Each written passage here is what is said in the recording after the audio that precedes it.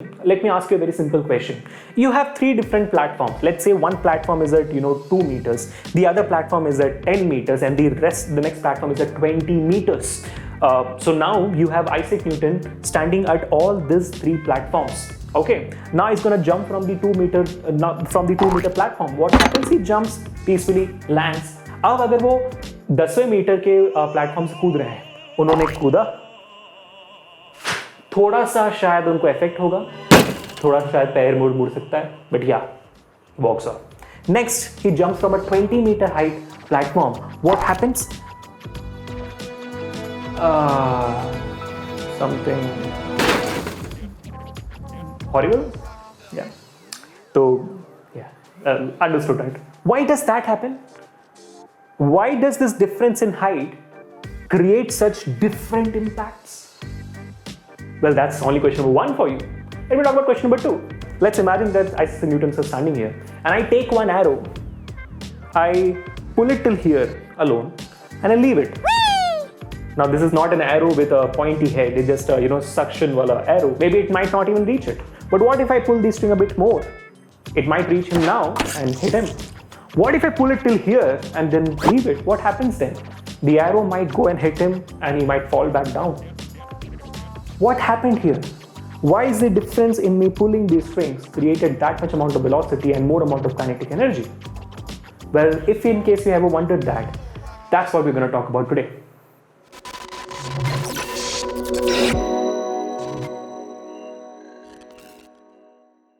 अगला सवाल आपके सामने है 1 करोड़ न्यूटन्स का, और वो सवाल ये है कि कंजर्वेशन ऑफ एनर्जी के according energy can neither be created nor be destroyed. तो ये इन सारे सिचुएशंस में काइनेटिक एनर्जी आई कहां से?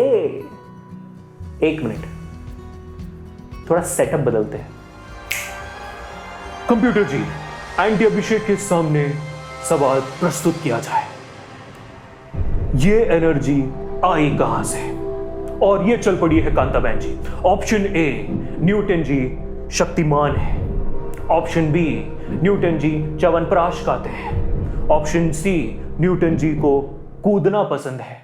Option D, some random energy got converted to kinetic energy. क्या कहना चाहोगे अब एंटी अभिषेक जी? मुझे लगता है कि भाई साहब ऑप्शन ए, न्यूटन जी ही शक्तिमान है. मैंने उनको बदलते हुए देखा था. I wish, बुड़बक. You know that's not the case. So yes, it's option D. It is some energy that is none other than potential energy that's converted to kinetic energy. So potential energy is defined as the energy an object has because of its position. How do we know that? Let's take the same case again. Different heights, so different velocities of falling, and different kinetic energies because of different potential energies. Also, higher the heights, higher is the potential energy. And this type of potential energy, which depends upon its position through heights, is called gravitational potential energy, which you will learn throughout your 8th grade till your engineering and even after that maybe. Now there is one more variety, that is the second example we took in the starting, the archery one.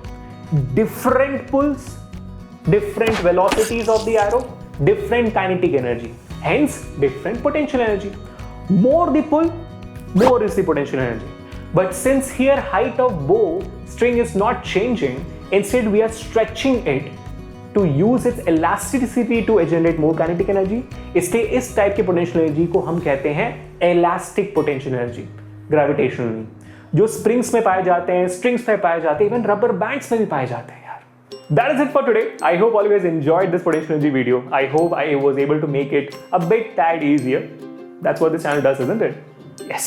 So make sure to hit the like button, share this video, and subscribe to the channel right now. And please do share this video to your friends, whoever is interested in science and to understand potential energy, because it's relevant from your 6th grade till your engineering or whatever you're going to do in your future, isn't it? So I'll catch you guys in the next one. Until then, make sure that you let me know in the comment section how much you enjoyed this video as well. So stay home, stay safe, and stay strong. Bye bye. Peace.